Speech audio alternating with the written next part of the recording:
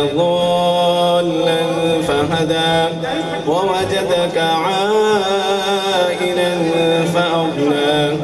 فأما اليتيم فلا تقهر وأما السائل فلا تنهر وأما بنعمة ربك فحدث.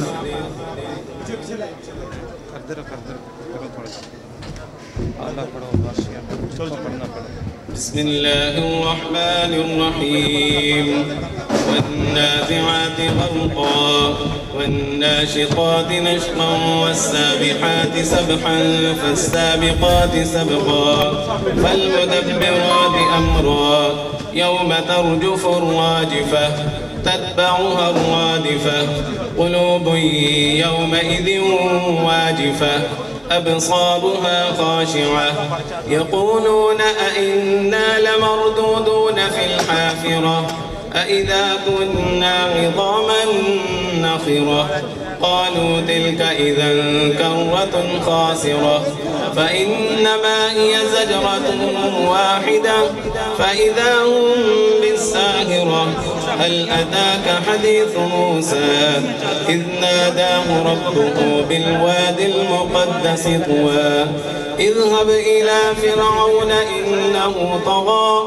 فقل هل لك إلى أن تزكى وأهديك إلى ربك فتخشى فأراه الآية الكبرى فكذب وعصى ثم أدبر يسعى فحشر فنادى فقال أنا ربكم الأعلى فأخذه الله نكال الآخرة والأولى إن في ذلك لعبرة لمن يخشى أأنتم أشد خلقا أم السماء بناها رفع سمكها فسواها وأغطش ليلها وأخرج ضحاها والأرض بعد ذلك دحاها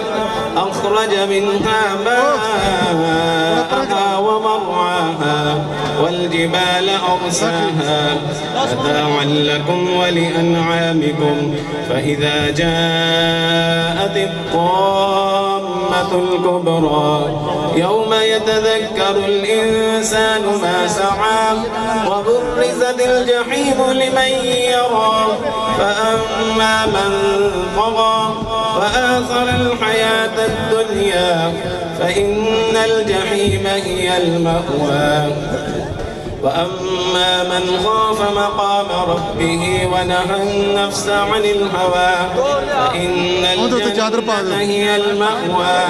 يسألونك عن الساعة أيان مرساها فيما أنت من ذكراها إلى ربك منتهاها إنما أنت منذر من يخشاها